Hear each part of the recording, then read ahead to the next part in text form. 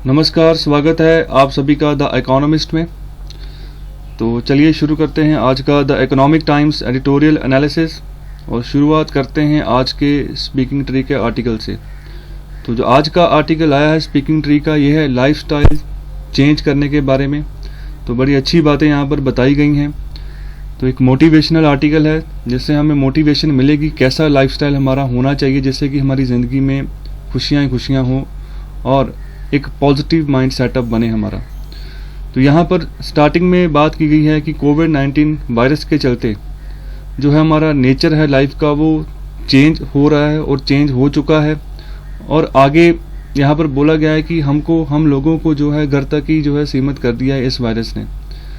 तो चूँकि हम घर तक ही सीमित हैं तो घर पे रहेंगे तो इन्फेक्शन से हम बचे रहेंगे और हमारे पास एक अपॉर्चुनिटी है घर में बैठे बैठे। तो अपॉर्चुनिटी क्या है कि हम अपने लाइफस्टाइल को चेंज करें, एक नया लाइफस्टाइल हम अपनाएं जिसमें हम एफर्ट करें, अपने आप को इंट्रोस्पेक्ट करें कि हमारे अंदर क्या कमियां हैं, हमें क्या क्या करना चाहिए, कहाँ कहाँ हमें चेंजेस करने की ज़रूरत है। तो यहाँ पर अभी बात बोली जा रही है कि पैंडेमिक की अगर हम बात करें तो वो अभी ये नहीं दिख रहा कि वो कब ख़त्म होगा। ये एक लॉन्ग टाइम फीचर है, आने वाले समय में कब तक चलेगा, कब इसकी वैक्सीन आएगी और कब इसका खात्मा होगा, ये कुछ नहीं कहा जा सकता। लेकिन ये वो समय है जब हम रियलाइज़ कर सकते हैं कि हम जो हमारी ज़िंदगी का उद्देश्य है कि खुशियाँ, हैप्पीनेस, हम उनको कैसे प्राप्त करें। ओके, तो ये जो गोल है ये प्राप्त किया जा सकता है जो दिव्य आशीर्वाद है। अगर हमारे माँ बाप का आशीर्वाद हमारे साथ है, हमारे जो साधु संत है जिनके ऊपर हमारा बिलीव है उनका आशीर्वाद हमारे ऊपर है, ठीक है, परमात्मा का आशीर्वाद है, तो हम खुश रह सकते हैं। ओके, तो यहाँ पर इन्होंने बात बोली है कि जो साधु संत हैं, ओके, जो हमारे पुरातन ग्रंथ हैं वो हमें बताते हैं कि हमें किस तरह की ज़िंदगी जीनी है ताकि कि हम जो परमात्मा का आशीर्वाद है वो ले सकें और अपनी ज़िंदगी में जो खुशियां हैं वो प्राप्त कर सकें। तो यहाँ पर डिवोशन मीन्स कि भक्ति की बात की गई है कि अगर हम भक्ति करेंगे, परमात्मा का नाम जपेंगे, राम नाम जपेंगे, तो हमारे अंदर एक जो है चेतना जागेगी और जो चेतना जो है हमें खुशियों की ओर लेकर जाएगी, अच्छी सोच की ओर लेकर जाएगी, एक पॉजिटिव माइंड सर्कल जो है वो हमारे अंदर एक डेवलप करेगी। तो यहाँ पर एक एग्जाम्पल ली गई है जो पुराने समय में एक डकैत थे जिनका नाम था रत्नाकर। ओके, तो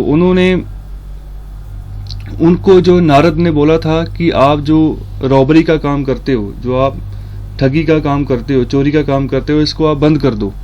ओके, तो फिर नारद ने जब रत्नाकर को बताया ये चीज़ें, उनको बोला कि आप अपना लाइफस्टाइल चेंज करो, आप सुबह जल्दी उठो, आप परमात्मा का, राम का नाम जपो, ध्याओ, सिमरन करो। तो स्टार्टिंग में तो रत्नाकर को काफ़ी डिफ़िकल्टी देखने को मिली।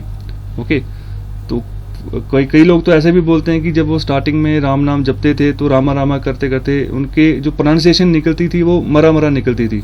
ओके, जैसे रामा रामा रामा रामा ऐसे करके।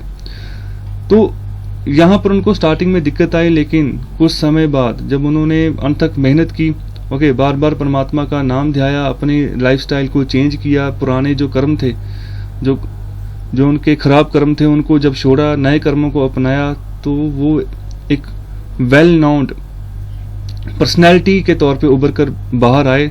तो जिनको हम आज भी जो है भगवान वाल्मीकि के नाम से जानते हैं। तो ये सब जो है ऑथर यहाँ पर लिख रहे हैं, ऑथर बता रहे हैं, जो कि बहुत ही एक मोटिवेशनल आर्टिकल है। तो आगे बात कर रहे हैं कि जब भी हम परमार्थ के मार्ग पे चलते हैं तो जो डिस्ट्रैक्शन का कारण है कि हम डिस्ट्रैक्ट क्यों हो जाते हैं, जो हम अपना एक शेड्यूल बना के रखते हैं कि हम इस समय पे जो है भगवान का नाम लेंगे, कि उस दूसरे समय में हम जो बाकी के काम उसको हम डिवाइड करते हैं। तो जब बाकी के काम तो हम कर लेते हैं, लेकिन जो ज़रूरी काम है जिसके लिए हम सुबह जल्दी उठना है, जिसके लिए हमें उठते भी हैं, उसके ऊपर हम फोकस नहीं करते। जो ज़रूरी काम है वो है अपने माइंड को डेवलप करना, जो हमारे अंदर के जो बुरे ख्यालात हैं उनको ख़त्म करना, जो इम्प्योरिटीज़ है हमारे दिलों में, ओके, और माइंड में, इसको ख़त्म करना और सिर्फ फोकस करना परमात्मा के नाम के ऊपर, उनके ध्यान के ऊपर। तो यहाँ पर बात की गई है कि जो एक लालच है, ओके, प्लेजर और इच्छाओं का, ओके, जो जेलसी है हमारे मनों में, यही है जो मिसलीड करती है हम लोगों को, जो हमें डिस्ट्रैक्ट करती है सही मार्ग से। तो यहाँ पर बात की गई है कि जो हमारे अंदर की जो आवाज़ है, जो हमारी कॉन्शियसनेस है, ओके, वो हमें हमेशा अलर्ट करती रहती है कि क्या गलत है और क्या सही है, और हमारा गोल क्या है, और हमें किस और चलना है। तो हमेशा अंदर से दो आवाज़ें आती हैं, एक होती है हमारे मन की आवाज़ और दूसरी होती है हमारी आत्मा की आवाज़। तो मन की आवाज़ वो चंचल होती है, ओके, वो आपको डिस्ट्रैक्ट कर सकती है। जो आत्मा की आवाज़ है वो हमेशा सच्ची होती है। इसके लिए आपको अपने आप को डेवलप करना पड़ेगा कि ताकि कि आपको पता चल सके कि आत्मा की आवाज़ कौन सी है और मन की आवाज़ कौन सी है, ओके। तो ये सब चीज़ें भी प्रैक्टिस से आती हैं। तो लास्ट में यहाँ पर भगवत गीता जो है उनका कोट लिया गया है। तो यहाँ पर बात की गई है कि subdue the senses, mind and intellect, control desires and lust and listen to the alert bell of consciousness. जो आत्मा की आवाज़, अंदर से आपको आवाज़ें आती हैं, उसको सुनो, अपने डिज़ायर्स, अपनी इच्छाओं को कंट्रोल करो, ओके, अपने लालच को जो है कंट्रोल करो, ओके।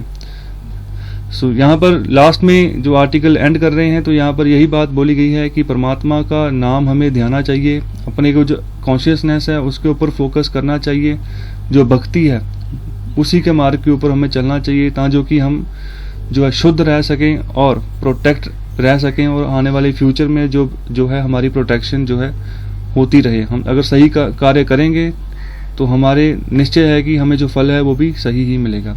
चलिए डिस्कस करते हैं फर्स्ट आर्टिकल। सो ये जो आर्टिकल है ये है आरबीआई की कमिटमेंट के बारे में, जहाँ पर वो बोल रहे हैं कि वो इकोनॉमी में डिमांड को बूस्ट करने के लिए जो भी वो क्रेडिट कर सकते हैं उसके लिए वो तैयार हैं, ओके। अभी फ़िलहाल उन्होंने कोई भी नई चेंजेस नहीं किए हैं। जो भी रेपो रेट में वो चेंजेस करते हैं हर बार, अभी फ़िलहाल ऐसी कोई भी चेंज देखने को नहीं मिली है। जो मॉनेटरी पॉलिसी कमेटी है आरबीआई की, वो भी जो है वेट एंड वॉच की सिचुएशन में अभी काम कर रही है, देख रही है कि इकोनॉमी के क्या हालात हैं। सो यहाँ पर और आगे यहाँ पर जो ऑथर हैं वो थोड़ा सा अपना अलग व्यू दे रहे हैं। आरबीआई का जो कमिटमेंट है, जो वो बोल रहे हैं कि आने वाले समय में गोल्ड के प्राइसेस हैं वो और बढ़ेंगे, लेकिन ऑथर इसके उलट बोल रहे हैं कि अगर इकोनॉमी में कोई चेंज आता है तो हो सकता है कि जो गोल्ड के प्राइसेस हैं वो गिरें। तो यहाँ पर जो मॉनेटरी पॉलिसी कमेटी है वो आने वाले समय में जो इंडिया की ग्रोथ प्रोजेक्ट कर रही है वो नेगेटिव में कर रही है, कि नेगेटिव ग्रोथ रेट हो सकता है आने वाले समय में। 2020 से 2021 का जो ईयर चल रहा है, तो जो यहाँ पर न्यूमेरिकली जो इन्होंने एस्टिमेशन दिया है वो है -4% टू -7%। सो नेगेटिव में हमारी ग्रोथ रेट आने वाले समय में होगी, ओके। तो यहाँ पर और बात बोली गई है कि अगर इस साल हमारी इकोनॉमी 5% के हिसाब से अगर ग्रोथ गिरती है, श्रिंक करती है, ओके, तो जो आने वाला जो फिस्कल ईयर है तो वहाँ पर भी जो है 8.4% जो है 2019-20 के अकॉर्डिंग जो है गिरावट देखने को मिल सकती है। सो देख सकते हैं कि आने वाले समय में जो है इकोनॉमी के हालात जो हैं कोई खास अच्छे नहीं हैं। तो रीज़न यही है कि इकोनॉमी फ़िलहाल अच्छे से रीओपन नहीं हो पाई है, अनलॉक 3 चल रहा है, लेकिन फिर भी इकोनॉमी के काफ़ी सेक्टर्स जो हैं अभी भी क्लोज्ड हैं कोविड-19 के इम्पैक्ट की वजह से।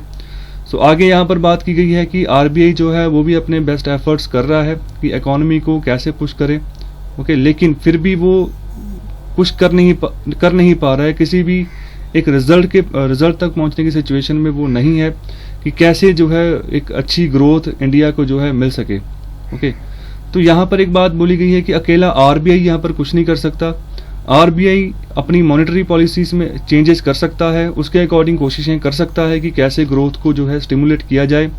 लेकिन अगर गवर्नमेंट ऑफ इंडिया अपनी जो फिस्कल पॉलिसी है अगर उसमें कोई चेंजेस नहीं करती, जहाँ कोई नए क्रेडिट नहीं लेकर आती, तब तक जो है आरबीआई अकेले अपने दम पर जो है ज़्यादा कुछ नहीं कर सकता। तो आगे यहाँ पर बात बोली गई है, जो आरबीआई के गवर्नर है उन्होंने कहा है, आरबीआई गवर्नर जो जिनका नाम है शक्तिकांता दास, तो उन्होंने रिसेंटली अनाउंस किया है एक डेट रीस्ट्रक्चरिंग स्कीम कि जो डेट है जो बैंक्स हैं और इसके अलावा जो एनबीएफसीज हैं, ओके, तो जिनके ऊपर ज़्यादा डेट खड़ा हो गया है, कर्जा खड़ा हो गया, उसको दोबारा से रिस्ट्रक्चर किया जाएगा, ताकि कि ये डेट का जो भार है बैंकों के ऊपर से और जो अदर जो फाइनेंशियल इंस्टीट्यूशंस हैं उनके ऊपर से ये भार खत्म किया जाए, कम किया जाए।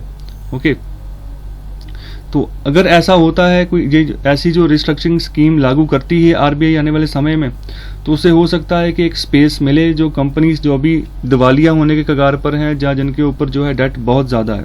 ओके, तो यहाँ पर ये भी बात बोली गई है कि ये इन द टाइम बीइंग हो सकता है कि कुछ समय के लिए ऐसा कोई स्कीम अगर लॉन्च होती है तो ये कुछ समय के लिए ये बेनिफिट देगी, ना कि हमेशा के लिए। तो जो रिस्ट्रक्चरिंग के जो नॉर्म्स हैं इनके ऊपर काम किया है जो वेतरन बैंकर हैं जिनका नाम है केवी कामत। ओके, तो इन्होंने काफ़ी ज़्यादा काम किया है ये जो रिस्ट्रक्चरिंग स्कीम है, डेट रिस्ट्रक्चरिंग स्कीम। तो आगे ऑथर बात कर रहे हैं कि ये जो रिस्ट्रक्चरिंग डेट स्कीम है एक अच्छा एक वेलकम स्टेप है आरबीआई के द्वारा। ओके, तो लेकिन साथ ही साथ ये भी बात बोल रहे हैं कि ये सिर्फ एक तरह से जैसे कोई डूबता हुआ आदमी है। ओके, एक पानी का बहाव चल रहा है, ओके, बहुत तेज, वहां से एक डूबते हुए आदमी को बचाना है, सिर्फ इसी के जैसा है। तो ऐसा नहीं है कि पूरी की पूरी इकोनॉमी जो है पुल आउट हो जाएगी डेट के भार से इस स्कीम के द्वारा। तो यहाँ पर और बात बोली गई है कि जो इक्विटी है उससे जो है फंड्स मुहैया करवाने चाहिए जो ट्रबल कंपनीज हैं जो कि सही तरीके से रन नहीं कर पा रही हैं। ओके, जिनके ऊपर कर्जा ज़्यादा हो चुका है। तो यहाँ पर गवर्नमेंट जो है, गवर्नमेंट ऑफ इंडिया, उसने भी प्रॉमिस किए हैं कि जो उसकी इक्विटी है, ओके, जो खजाने का भंडार है उसमें से जो है फंड्स ऑफ द फंड्स जो है वो इंजेक्ट किए जाएंगे कैपिटल में। सो कहाँ कहाँ पर जो है गवर्नमेंट स्पेंड करेगी अपने पैसे को। फॉर एग्जांपल जो माइक्रो इंडस्ट्रीज़ हैं, स्मॉल और मीडियम एंटरप्राइजेस की जो इंडस्ट्रीज़ है जिसको हम शॉर्ट फॉर्म में बोलते हैं MSMEs, तो यहाँ पर इन्वेस्ट करेगी। ओके, तो आपको पता होगा जब गवर्नमेंट ने 20 लाख करोड़ का पैकेज अनाउंस किया था तो उसमें राउंड अबाउट 3 लाख करोड़ जो थे वो MSMEs के लिए ही जो थे अलग रखे गए थे। सो अभी भी यहाँ पर यही बात की जा रही है कि जो छोटी कंपनीज हैं उनके बारे में तो चलो सोचा गया है, लेकिन जो बड़ी कंपनीज हैं उनके बारे में कौन सोचेगा। उनके बारे में अभी भी कोई विचार नहीं किया गया है कि अगर वो कर्जे के अंदर हैं तो उनको कैसे बाहर निकाला जाए, क्योंकि जो बड़ी कंपनीज हैं उनके पास ही ज़्यादा जो है एम्प्लॉयज़ होते हैं। ओके, तो अगर जॉब्स को सिक्योर करना है तो इन कंपनीज के ऊपर भी हमें थोड़ा सा फोकस देकर चलना पड़ेगा। ऐसा नहीं है कि जो भी कंपनी आए कर्जे में तो उसको पैसे दे के सरकार पैसे दे जाए और जो है उसको रिवाइवल करी जाए, ये भी सही नहीं है। ओके, लेकिन कोई ऐसे प्लान बनाए जा सकते हैं जिससे कि ये जो डेट है ये रिस्ट्रक्चर किया जाए। ओके, और कंपनीज को रन करने के लिए एक मौका, एक प्लेस दिया जाए कि वो अपनी कंपनीज को चलाएं। ओके, तो यहाँ पर आगे यही बात की गई है कि अकेला आरबीआई कुछ नहीं कर सकता, यहाँ पर गवर्नमेंट को भी जो है इंटरफेयर करना पड़ेगा। तो यहाँ पर एडिशनल जो है फंड्स उनकी बात की गई है। एडिशनल फंड्स चाहिए किनको, जो रियल एस्टेट हैं उसको भी चाहिए, जो नॉन बैंकिंग फाइनेंशियल इंस्टीट्यूट्स हैं या कंपनीज हैं उनको भी चाहिए, जो माइक्रो फाइनेंस कंपनीज हैं उनको भी चाहिए। ओके, तो ये कैसे मिलेंगे? थ्रू नाबार्ड। ओके, और जो नेशनल हाउसिंग बैंक हैं उसके द्वारा। ओके, जितने भी फंड्स गवर्नमेंट के द्वारा अगर दिए जाते हैं तो ये जो मैंने इंस्टीट्यूशंस के नाम लिए हैं बहुत ही इंपॉर्टेंट इंस्टीट्यूशंस है, जैसे non banking financial companies, okay, micro finance companies, और जो लास्ट में मैंने बात की है नेशनल हाउसिंग बैंक। ओके, ये सारे इंपॉर्टेंट इंस्टीट्यूशंस हैं, बार बार एग्जाम में इनके बारे में पूछा जाता है, इनका क्या रोल है इसके बारे में भी डिस्कशन होती है। ओके, तो यहाँ पर जो रिमार्केबल फीचर है आरबीआई के अनाउंसमेंट का, ओके, तो वहाँ पर ये बात बोली गई है कि वो लोन टू वैल्यू रेशो इसको रेज करेंगे गोल्ड लोन के हिसाब से up to 90%। Okay, so gold loan के हिसाब से 90% तक जो है लोन टू वैल्यू जो रेशो है इसको बढ़ाया जाएगा आने वाले समय में। ओके, तो यहाँ पर आरबीआई यही बात बोल रहा है कि आने वाले समय में कि जो इन्वेस्टर्स हैं वो इतना इंटरेस्ट नहीं दिखाएंगे गोल्ड में, जिसकी वजह से हो सकता है प्राइस राइज हो जाए। लेकिन ऑथर ये बात बोल रहे हैं कि नहीं, अगर रुपया वीक होता है आने वाले समय में, ओके, या फिर जो गोल्ड प्राइस राइज होते हैं डॉलर के हिसाब से, तभी जो है गोल्ड के प्राइस जो है राइज हो सकते हैं आने वाले समय में। अगर ग्लोबल ग्रोथ, पूरे वर्ल्ड की जो ग्रोथ है वो सही हो गई आने वाले समय में, ओके, तो ये बिल्कुल निश्चय है कि जो गोल्ड है उसके प्राइस जो है आने वाले समय में गिरेंगे। सो आई होप आपको ये आर्टिकल समझ आया होगा। तो चलिए नेक्स्ट आर्टिकल डिस्कस करते हैं। तो ये जो आर्टिकल है ये है stock exchange for social enterprise. मतलब कि जो सोशल एंटरप्राइजेस हैं, फॉर एग्जांपल जो समाज की भलाई के लिए जो ऑर्गेनाइजेशंस काम करती हैं, तो उनके बारे में जो फंड रेज किया जाता है, तो फंड रेज कैसे किया जाए, ओके, तो इसके बारे में पूरा आर्टिकल है। ओके, तो यहाँ पर स्टार्टिंग में जो सेबी है, ओके, तो वो जो है एक नई रिपोर्ट लेकर आया है एसएससी के ऊपर, सोशल स्टॉक एक्सचेंज के ऊपर, ओके, जिससे कि वो जो है सोशल एंटरप्राइजेस के लिए फंड रेज कर सके, पैसा इकट्ठा कर सके, ताकि कि आने वाले समय में जो सेक्टर्स जिनके ऊपर गवर्नमेंट जो है ज़्यादा फोकस नहीं कर पा रही है, ओके, या फिर काफ़ी लंबे समय से जो सेक्टर्स जो है काफ़ी पछड़े हुए हैं, जो इलाके काफ़ी पछड़े हुए हैं, ओके, तो उनको जो है सही शिक्षा दी जाए, ओके, तो उनको उनके अकॉर्डिंग जो भी ज़रूरतें हैं उनको पूरा किया जाए। तो यहाँ पर जो प्लेटफॉर्म बनाया सोशल स्टॉक एक्सचेंज का, तो यहाँ पर ज़्यादातर यही फोकस किया जा रहा है कि फंड रेज किया जाए for social enterprises, okay, and measuring and reporting social impact. तो ये भी देखा जाए कि जब हम फंड रेज करते हैं, जब उनको हम इन्वेस्ट करते हैं, ओके, तो उसके बाद में जो आउटकम है वो क्या निकल के आ रहा है, कि वो पैसे लगाने का कोई फ़ायदा हुआ है, ओके। तो यहाँ पर फॉर एग्जांपल अगर मैं बात करूँ तो गवर्नमेंट भी जो है, जो इंडस्ट्रीज़ है उनको बोलती है कि वो CSR लगाएं, ओके, जिसको हम कॉरपोरेट सोशल रिस्पॉन्सिबिलिटी बोलते हैं। तो हर एक कंपनी जो है, जो बड़ी कंपनीज़ हैं, जैसे टाटा है, अंबानी है, रिलायंस की कंपनी है, तो वो अपनी प्रॉफिट में से 2% जो है वो निकालते हैं CSR का, जिसको हम कॉर्पोरेट सोशल रिस्पॉन्सिबिलिटी बोलते हैं। कि ये पैसा जो है सोशली वेलफेयर के लिए यूज़ किया जाता है। तो यहाँ पर जो ऑब्जेक्टिव है टू फंड एंटरप्राइजेस, फंड इकट्ठा करने का ऑब्जेक्टिव यही है कि एक पॉजिटिव सोशल इम्पैक्ट बनाया जाए वाया इनोवेटिव सिक्योरिटीज़, ओके। तो एक ऐसा स्टैंडर्ड्स बनाए जाएं आने वाले समय में कि जिससे जो है सोशल इम्पैक्ट असेसमेंट अच्छे से की जाए और अच्छे से उसकी रिपोर्टिंग की जाए। Impact assessment, social impact assessment होती है जैसे जहाँ पर पैसा लगना है, जहाँ पर हमने कोई भी सोशल सर्विस देनी है, तो उसकी इलाके की जो रीजन की सिचुएशन है उसको अच्छे से एनालिसिस किया जाए, किन चीज़ों की ज़रूरत है, कहाँ पर जो है जो पैसे हैं, जो फंड है, उनको हमने लगाना है, ओके। तो ऐसी प्रायोरिटीज़ बनाई जाती हैं, तो उसको हम बोलते हैं सोशल इम्पैक्ट असेसमेंट, ओके। तो यहाँ पर आगे बात की गई है, एक संस्था है जिसका नाम है एजुकेट गर्ल्स सिरका, ओके। तो यहाँ पर उन्होंने बोला है कि उन्होंने राजस्थान के अंदर 7300 जो बच्चे थे, ओके, उनको कवर किया था इसी प्रोजेक्ट के अंदर, इसी सोशल इम्पैक्ट बॉन्ड्स के अंदर, ओके, जिससे कि जो 7300 बच्चे हैं उनको फ़ायदा हुआ था, उनको अच्छी एजुकेशन प्रोवाइड की गई थी, ओके। तो इन सब को कौन कंट्रोल करके चल रहा है? सेबी, ओके, जिसको हम security and exchange board of India भी बोलते हैं, ओके। ये सारा का सारा stock exchange for social enterprises, इसके बारे में पूरा जो कंट्रोल है, जो डाटा है, जो प्लेटफॉर्म तैयार कर रहा है, वो कौन कर रहा है? सेबी, ओके। तो यहाँ पर जो सेबी ने जो रिपोर्ट दी है उसमें यह भी कहा गया है to build an entire ecosystem to gain fully fund social enterprises.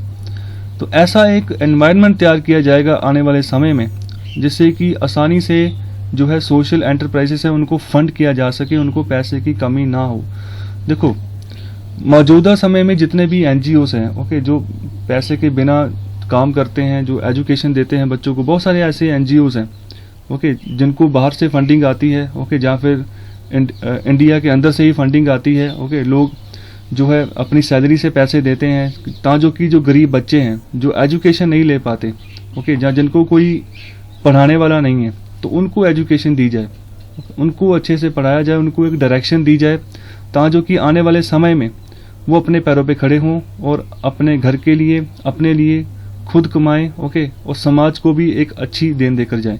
तो इन सब चीज़ों के लिए हमें जो है सोशल एंटरप्राइजेस चाहिए, और बहुत सारे जो ऐसे सोशल एंटरप्राइजेस हैं जिनके पास फंड्स की कमी रहती है, तो उन्हीं को जो है फंड्स प्रोवाइड करने की यहाँ पर सेबी बात कर रहा है। तो उसी के लिए एक प्लेटफॉर्म तैयार किया गया है, stock exchange for social enterprises.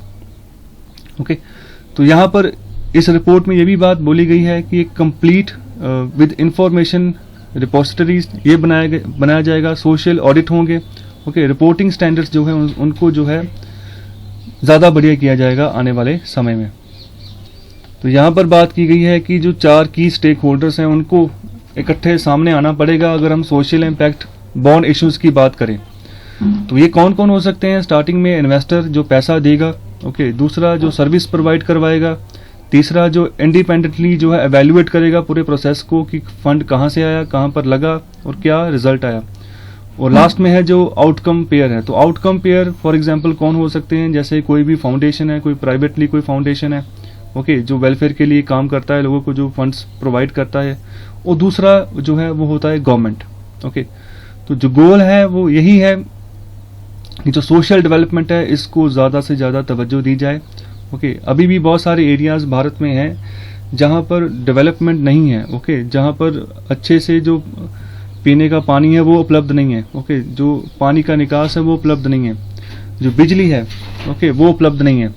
तो इन सब चीज़ों की अवेलेबिलिटी तभी होगी जब जो प्राइवेट होल्डर्स हैं, ओके, जैसे CSR की मैंने बात की थी, वो भी आगे आएंगे, जो है प्रॉब्लम है उसको समझेंगे, उसको गहराई से एनालाइज करेंगे और बाद में जो है वहाँ पर फंड्स प्रोवाइड करें। ओके, तो बात फंड्स पर आकर ही टिकती है। फंड्स होंगे तभी जो है डेवलपमेंट के काम आगे चलेंगे। देखो, डेवलपमेंट का काम तो गवर्नमेंट का है ही है, लेकिन अगर हम ये बात कहें कि सभी इलाकों में सभी जगह एक ही टाइम पे गवर्नमेंट प्रेजेंट हो जाए, तो ऐसा नहीं है। जो अलग अलग NGOs हैं उनको भी गवर्नमेंट की तरफ से पैसा आता है, बाहर से भी पैसा आता है। गवर्नमेंट जो है उनको अप्रूवल देती है कि कौन सी NGO लीगल है, ओके, कौन सी इलीगल है। तो इन NGOs की तरफ से आगे काम किया जाता है, जो कि सराहनीय है, बहुत बढ़िया है। बहुत सी NGOs हैं जो वुमेन जो एम्पावर करने के लिए काम करती हैं, बहुत सी NGO हैं जो एजुकेशन प्रोवाइड करने के लिए काम करती हैं। ओके, जो बहुत सी NGOs हैं जो कि जस्टिस प्रोवाइड करने का काम करती हैं। ओके, जिन लोगों के पास जस्टिस लेना आसान नहीं है, जिनके पास पैसे नहीं हैं अपनी बात रखने के लिए, तो उनके लिए भी बहुत सारे जो ऐसे जो सोशल स्ट्रक्चर हैं वो बनाए गए हैं। तो इसको और इम्प्रूव करने की यहाँ पर सेबी बात कर रहा है।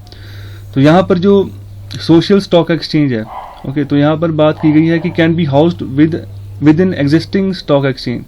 जो हमारा एग्जिस्टिंग स्टॉक एक्सचेंज है, ओके, उसके अंदर ही हम इसको हाउस कर सकते हैं, रख सकते हैं। Social entities can be either for profit enterprises और नॉन प्रॉफिट ऑर्गेनाइजेशन। तो जो सोशल एंटाइटीज इनकी बनेगी 2 तरीके से बन सकती हैं, एक फॉर प्रॉफिट, दूसरा जो है नॉन प्रॉफिट ऑर्गेनाइजेशन। तो स्टार्टिंग में यहाँ पर जो बात की गई है वो है फॉर प्रॉफिट एंटरप्राइजेस। तो अगर इस केस में हम सोशल स्टॉक एक्सचेंज की बात करें तो इससे हम यहाँ पर क्या कर सकते हैं, इक्विटी रेज कर सकते हैं। ओके, जो सोशल वेंचर फंड है उनको बना सकते हैं, आगे डेवलप कर सकते हैं। अगर हम नॉन प्रॉफिट ऑर्गेनाइजेशन की बात करें, ओके, तो वो जीरो कूपन या जीरो प्रिंसिपल बॉन्ड्स जो है वो प्रपोज कर सकते हैं।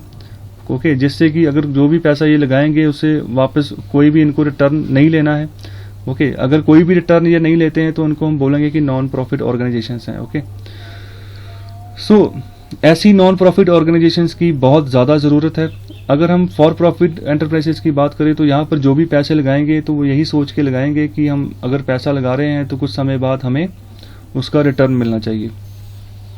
ओके, तो आगे यहाँ पर बात की गई है कि जो पेपर है सेबी का, जो रिपोर्ट है सेबी की, वो सुजेस्ट करती है कि जो NPO है, नॉन प्रॉफिट ऑर्गेनाइजेशंस हैं, ठीक है, वो फंड करें सोशल स्टॉक एक्सचेंज को। ओके, सो जो कॉर्पोरेट सोशल रिस्पॉन्सिबिलिटी है उसकी कमिटमेंट को और मजबूत किया जाए। तो जो मैंने अभी एग्जांपल आपको दी थी CSR के बारे में, उसी के बारे में ऑथर बात कर रहा है। ओके, तो आगे यहाँ पर बात की गई है कि जो डोनर्स हैं, ओके, जो चाहते हैं कि 100% उनको टैक्स एग्जैम्पशन मिले, ओके, जो NPOs के अंदर डोनेट कर रहे हैं तो उनको 100% टैक्स एग्जैम्पशन मिलना चाहिए। देखो, अगर कोई नॉन प्रॉफिट मतलब बिना किसी प्रॉफिट के लिए अगर कोई दान कर रहा है, इन्वेस्ट कर रहा है, तो उसके ऊपर भी अगर टैक्स लग जाएगा ओके, तो उसका फिर क्या फ़ायदा रहेगा? ठीक है, कोई भी अगर दान करेगा तो वो ये सोच के करेगा कि मैंने इस पर्टिकुलर ऑर्गेनाइजेशन के लिए ये फंड दिए हैं। अगर उसी फंड में से कुछ % हिस्सा गवर्नमेंट के पास चला जाएगा तो एक तरह से डीमोरलाइज हो जाएंगे जो इन्वेस्टर हैं। ओके, सो यहाँ पर यही बात की गई है कि उनको 100% टैक्स एग्जाम्पशन मिलना चाहिए। ओके, तो अभी जो एट प्रेजेंट चल रहा है, donations to private NPOs are allowed only 50% tax deduction. अभी जो है 50% टैक्स डिडक्शन होती है जो नॉन प्रॉफिट ऑर्गेनाइजेशंस हैं जो पैसा लगा रही हैं बिना किसी प्रॉफिट के। ओके, तो जो गवर्नमेंट एंटाइटीज हैं, ओके, जो गवर्नमेंट के अंदर जो ऐसे ही सोशल एंटरप्राइजेस काम कर रही हैं, उनको 100% टैक्स एग्जाम्पशन मिलता है। तो ये बात यहाँ गलत है, इसको करेक्ट करने की ज़रूरत है, सही नहीं है। क्योंकि जो आने वाला टाइम है, जैसे अमेरिका कैपिटलिस्टिक इकोनॉमी है, तो वहाँ पर प्राइवेट होल्डर्स ज़्यादा इन्वेस्ट करते हैं। ओके, तो इसी दिशा की और भारत की इकोनॉमी भी बढ़ रही है। जैसे आप देखो, रेलवेज को प्राइवेटाइज करने की बात चल रही है, तो कुछ ट्रेनें प्राइवेट जो है ऑलरेडी लॉन्च हो चुकी हैं, जिसमें आप हर एक तरह की फैसिलिटी देख सकते हैं। वहाँ पर किराया भी आपको ज़्यादा लगेगा। तो इसी तर्ज पे आगे आने वाले समय में भी जो गवर्नमेंट सोच रही है कि पूरी की पूरी रेलवेज है, इसको प्राइवेटाइज कर दिया जाए। ओके, तो जो प्राइवेट होल्डर्स हैं उनके साथ एग्रीमेंट करके आने वाले समय में फॉर प्रॉफिट काम किया जाए। तो वैसे ही जो एयर इंडिया है, उसका भी हाल ऐसा ही है, उसको भी जो है गवर्नमेंट बेच रही है। ओके, वो भी आने वाले समय में आप देख सकते हो सकता है कि प्राइवेटाइज हो जाए, सिर्फ नाम जो है एयर इंडिया रह जाए, लेकिन उसको चलाने वाली जो कंपनी है वो एक प्राइवेट होल्डर हो। तो ये था आर्टिकल जो सोशल स्टॉक एक्सचेंज है उसके बारे में। आई होप आपको अच्छे से समझ आया होगा। चलिए नेक्स्ट आर्टिकल डिस्कस करते हैं। तो ये जो आर्टिकल है, इसमें जो नेशनल एजुकेशन पॉलिसी 2020 इसके बारे में बात की गई है, और जो पुराने हालात हैं, अभी जो एग्जिस्टिंग हालात हैं एजुकेशन के इंडिया में, उसके ऊपर जो है यहाँ पर रोशनी डाली गई है। बहुत ही बढ़िया आर्टिकल है। इसके जो ऑथर हैं वो है वरुण गांधी जी। ओके, अभी जो है मौजूदा वो बीजेपी के MP भी हैं पीलीभीत से। तो उन्होंने ये आर्टिकल लिखा है, बहुत ही अच्छा आर्टिकल लिखते हैं। इनके आर्टिकल द हिंदू में भी छपते हैं और भी बहुत सारी अखबारों में इनके आर्टिकल्स छपते हैं। तो यहाँ पर स्टार्टिंग में बात की गई है, कोई बीकानेर की स्कूल है। ओके, तो एक पर्टिकुलर स्कूल की बात की गई है कि वहाँ पर जो गांव में जो स्कूल है उसके क्या हालात हैं।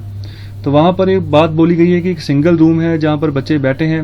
ओके, तो उनको रोज़ में बिठाया गया है, अलग अलग रोज़ में। तो एक ही क्लास में दो क्लासेस लग रही हैं एक ही ब्लैक बोर्ड के ऊपर। ओके, तो यहाँ पर ये बात बोली गई है, कई बार क्या होता है कि जब ऐसी दो क्लासेस एक ही रूम में लगती हैं, ओके, सपोज करो एक 9th स्टैंडर्ड की क्लास लग रही है, एक 10th स्टैंडर्ड की लग रही है। ओके, 2 टीचर लगे हुए हैं लेकिन बोर्ड एक है, कमरा एक है, तो वहाँ पर क्या हो जाएगा, सब कुछ मिक्सअप हो जाएगा। ओके, बच्चे जो हैं वो अच्छे से कंसंट्रेट नहीं करेंगे क्योंकि उनको कुछ समझ नहीं आएगा। ओके, डिस्ट्रैक्ट हो जाएंगे वो अपनी पढ़ाई से, और जो टीचर्स हैं उनको भी जो है अच्छे से मज़ा नहीं आएगा पढ़ाने का, जब कोई ऐसी सिचुएशन में क्लास लगाने का मौका मिले तो यहाँ पर यह बात बोली गई है कि ये जो सिचुएशन है ये सही नहीं है। ओके, तो इसको हो सकता है कि आने वाले समय में जो है नई एजुकेशन पॉलिसी है, अगर सही ढंग से लागू हुई तो ऐसी सिचुएशन आने वाले समय में देखने को ना मिले। तो यहाँ पर आगे और बात की गई है कि जो रूरल इंडिया है उसकी जो एस्पिरेशंस हैं क्वालिटी एजुकेशन के बारे में, ये कभी भी जो है इसके बारे में नहीं सोचा गया है किसी भी सरकार के द्वारा।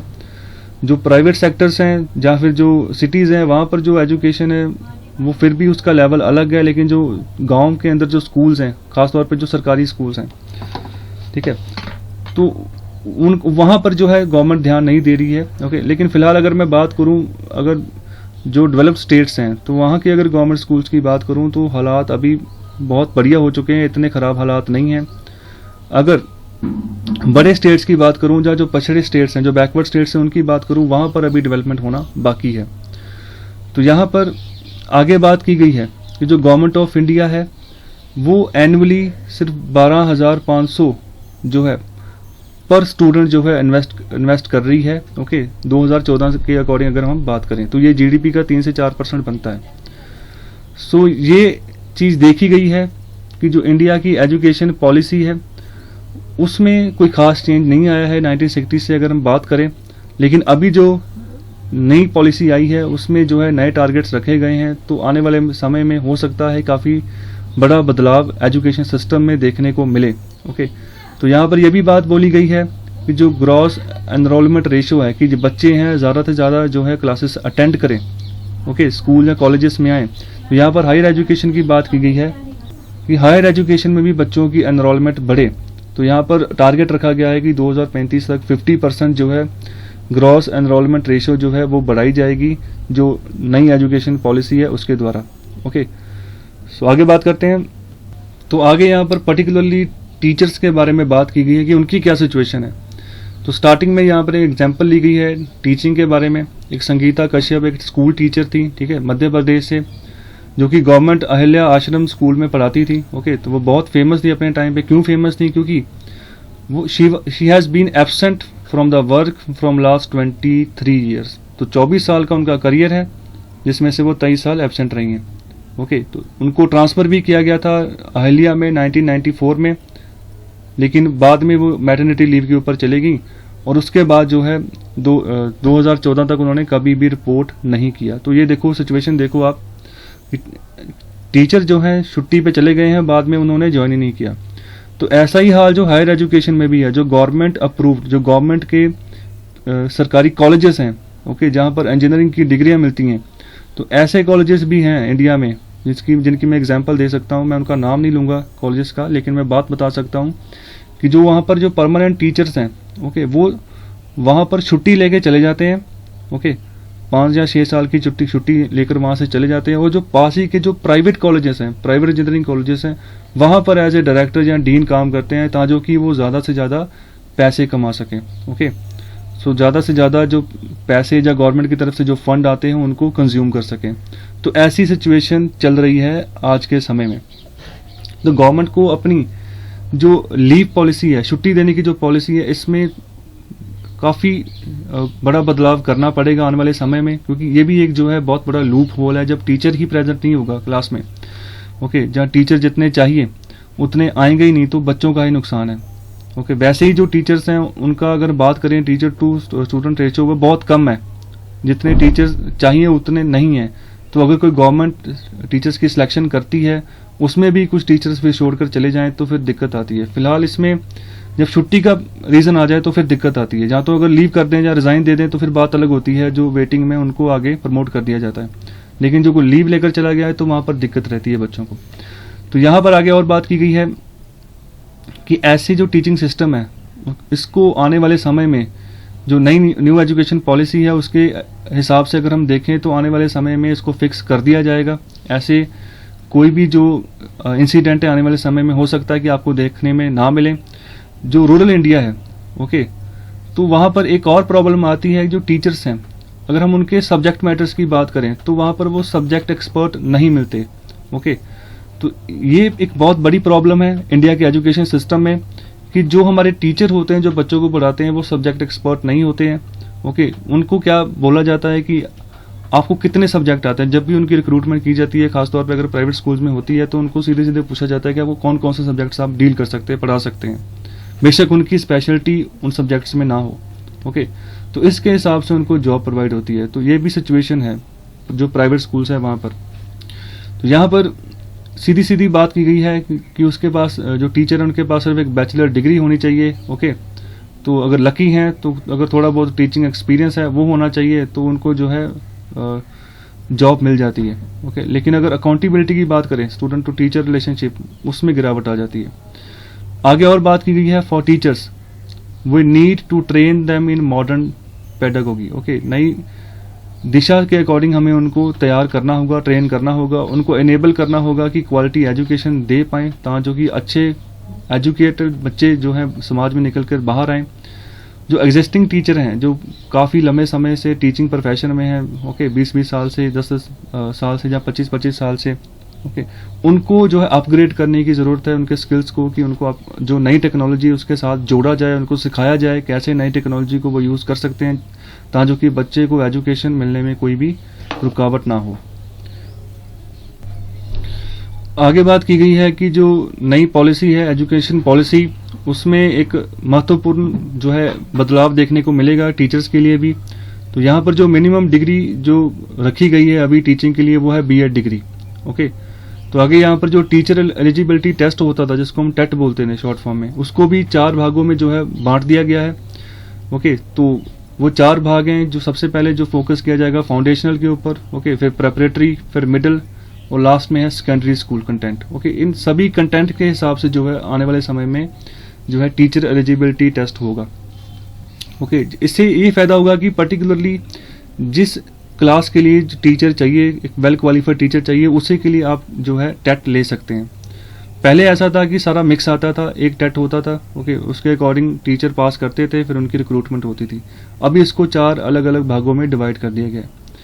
सो आगे यहाँ पर बात की गई है, कोई भी टीचर ओके जो who wish to specialize in certain subjects will be hired on basis of suitable TET or National Testing Agency scores in those specific subjects। कोई भी टीचर अगर कोई और स्पेशलाइज जो सब्जेक्ट्स है उसमें अगर पढ़ाना चाहता है, ओके, उसको हायर किया जाएगा, लेकिन किस बेसिस पे, या तो उसका टेट क्लियर हो या फिर जो नेशनल टेस्टिंग एजेंसी है ओके उसमें उनका अच्छा स्कोर आया हो, ओके, जिस सब्जेक्ट्स में वो आगे काम करना चाहते हैं। तो यहाँ पर और बात आगे बोली गई है कि टेट का अगर टेस्ट पास करेंगे तो उसके बाद इंटरव्यू में भी आपको अपीयर होना होगा आने वाले समय में। वहाँ पर आपको जो आपकी नॉलेज है उसको डेमोस्ट्रेट करना होगा, जो आपकी लोकल लैंग्वेज है उसमें।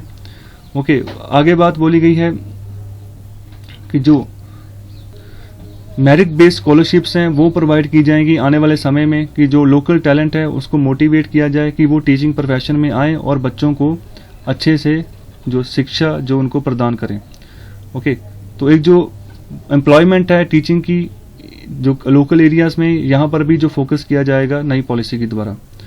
आगे और बात बोली गई है कि teachers will now be expected to undergo about 50 hours of continuous professional development courses on an annual basis, कि हर सालाना, हर एक साल में कम से कम जो है उनको प्रोफेशनल कोर्सेज करने पड़ेंगे, कम से कम 50 घंटे के टाइम ड्यूरेशन के। ओके, सो ये क्राइटेरिया आने वाले समय में रखा जाएगा टीचर्स के लिए। और आने वाले समय में टीचर्स के लिए एक national professional standards for teachers, okay, इसको डेवलप किया जाएगा कि आने वाले समय में नई गाइडलाइंस जो है जारी की जाएं, खासतौर पे जो national council for teacher education है उनके द्वारा, जिसमें कि जो मेरिट बेस्ड स्ट्रक्चर तैयार हो कि कितने साल का टेन्योर हो, ओके, जहाँ प्रमोशन कैसे होगी, जहाँ सैलरी स्ट्रक्चर जो है आने वाले समय में, इसको जो है आने वाले समय में डेवलप किया जाएगा कि टीचर जो है उनका ज़्यादा से ज़्यादा इंटरेस्ट टीचिंग प्रोफेशन में आए। तो आने वाले समय में अगर ऐसा होता है टीचिंग में, अगर उनके सैलरीज का या प्रमोशंस का ध्यान रखा जाता है, तो हो सकता है कि ज़्यादा से ज़्यादा जो है इस प्रोफेशन में लोग आएँ, जो टैलेंटेड लोग हैं वो आएँ। अभी के दौर में ऐसा ही है कि जो टीचर्स हैं उनको जो मेहनताना मिलना चाहिए वो नहीं मिलता है, जैसी प्रमोशंस होनी चाहिए वो नहीं होती हैं, और उनका जो टेन्योर है वो उनको परमानेंट नहीं किया जाता है। चाहे स्कूल्स, गवर्नमेंट स्कूल्स हों चाहे प्राइवेट स्कूल्स हों, जहाँ पर भी टीचर रिक्रूट हो रहा है वहाँ पर कम से कम जो है उनको फिक्स टेन्योर देना होगा सरकार को आने वाले समय में। तो आगे यहाँ पर बात की गई है कि जो टर्शरी एजुकेशन सेक्टर है उसको भी रिफॉर्म की ज़रूरत है।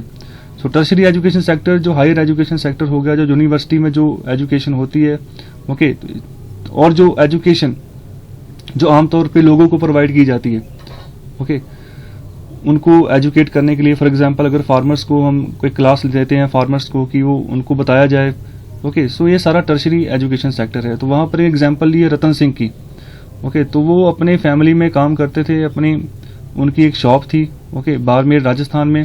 तो उन्होंने 10 साल की उम्र में काम करना शुरू किया, ओके, जो दुकान थी स्टार्टिंग में वो उन्होंने गुटखा बेचा, ओके, लेकिन साथ साथ में जो थे उन्होंने चाय समोसे का भी काम शुरू कर दिया। तो यहाँ पर जो है डेजर्ट की बात की गई है कि इतना बड़ा ज़्यादा तापमान होता है 48 डिग्री सेल्सियस का, तो वहाँ पर भी देखो आप जो है क्या डिमांड है। तो आगे यहाँ पर बात बोली गई कि इन्हीं सिचुएशन में रह के रतन सिंह ने, जो रतन सिंह की फैमिली है, ओके, तो वहाँ पर जो है पढ़ाई की गई, लोकल गवर्नमेंट स्कूल में वो पढ़े, ओके, तो जो कोचिंग ली, जो PSU एग्जामिनेशन होते हैं लोकल सेंटर से, ओके, तो यहाँ पर भी इन्होंने बोला है कि कुछ ना कुछ मिसिंग है, जो ऑथर ये बात बोल रहे हैं।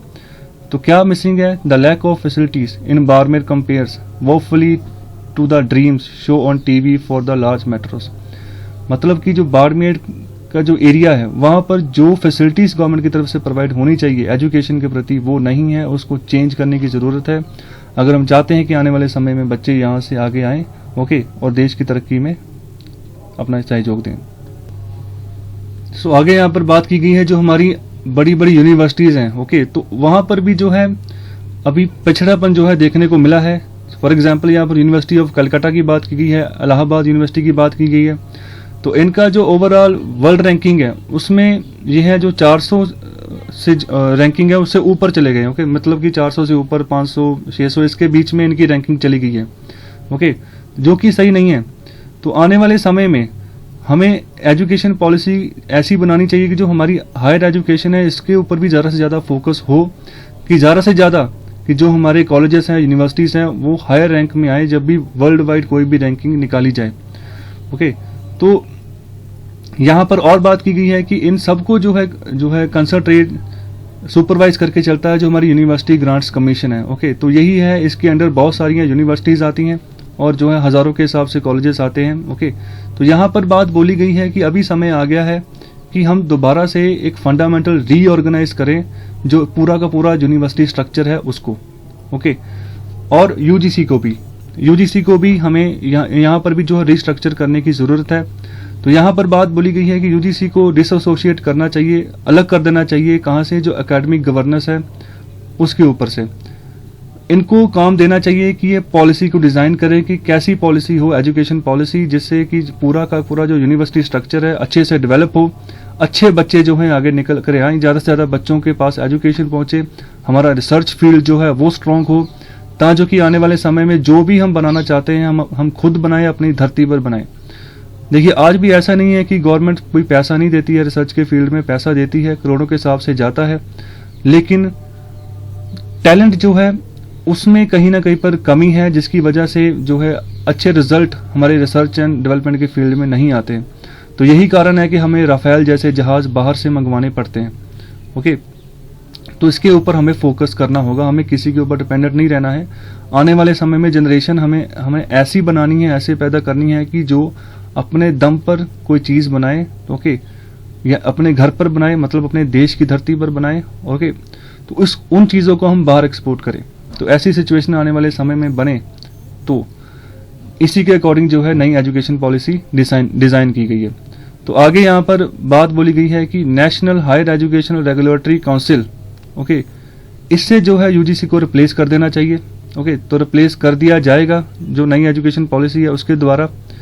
तो यूजीसी अभी आने वाले समय में हो सकता है कि जो उसका अदारा था आने वाले समय में ख़त्म हो जाए। ओके, तो यहाँ पर जो भी माइक्रो मैनेजमेंट है, ओके, जो फ्री थिंकिंग ऑफ यूनिवर्सिटीज़ है, ओके, इसके ऊपर थोड़ा सा फोकस किया जाएगा आने वाले समय में। जो हायर एजुकेशन सिस्टम है आने वाले समय में, ओके, उसको मल्टी डिसिप्लिनरी इंस्टीट्यूशंस में जो है कन्वर्ट किया जाएगा। तो इससे आने वाले समय में यही आशा की जाती है कि एजुकेशन सेक्टर में एक अच्छा बदलाव देखने को मिलेगा। आगे यहाँ पर बात की गई है कि अगर आप कोई भी विलेज साइड अगर स्कूल विजिट करते हैं तो वहाँ पर आप जो देखोगे तो वहाँ पर जो इंफ्रास्ट्रक्चर डेवलपमेंट है तो उसके अकॉर्डिंग जो वहाँ पर आपको रेक्टेंगुलर रूम्स मिलेंगे। ओके, कहीं पर आपको छतें जो है वो चोरी होंगी पानी से, ओल्ड फर्नीचर होगा। ओके, बेंच भी जो है वो टूटे फूटे होंगे, ब्लैक बोर्ड्स भी जो हैं अच्छे से बने नहीं होंगे। ओके, जो टीचिंग अपरेटर्स हैं उनकी कमी होगी। सो यहाँ पर ये बात बोली गई है कि आने वाले समय में इसको हो सकता है हम चेंज करेंगे। ओके, तो जो पुराना समय है यहाँ पर वहाँ पर एक और बात बोली गई है कि जो बच्चों को क्रैमिंग करवाई जाती है, ज़्यादा से ज़्यादा रट्टा मार के वो पास हों। ओके, और आगे जो है बच्चे जो क्लासरूम में जाते हैं तो ओवर क्राउडेड हो जाते हैं, क्लासरूम छोटे होते हैं, बच्चे ज़्यादा हो जाते हैं। तो ऐसी सिचुएशंस हैं अभी भी, अगर आप किसी भी विलेज साइड स्कूल में आप विजिट करो। तो लास्ट में जो ऑथर हैं वो ये बात बोल रहे हैं कि जो आज़ादी के बाद जो हमारी पॉलिटिक्स रही है वो कभी भी उस पॉलिटिक्स ने जो है इरिगेशन या फार्मिंग के अलावा एजुकेशन के ऊपर कभी भी फोकस नहीं किया है। लेकिन अभी जो नई एजुकेशन पॉलिसी आई है इसमें हम आने वाले समय में बदलाव देखेंगे, एजुकेशन में बदलाव आएगा। ओके, और आने वाले समय में जो हमारा जो डेमोग्राफिक डिविडेंड है, जो लोग हैं पॉपुलेशन के, इनको जो है एडवांटेज मिलेगी और एक नया इंडिया जो है हम बनाएंगे आने वाले समय में। तो ये था आर्टिकल पूरा का पूरा एजुकेशन पॉलिसी के बारे में। तो आई होप आपको आर्टिकल समझ आया होगा।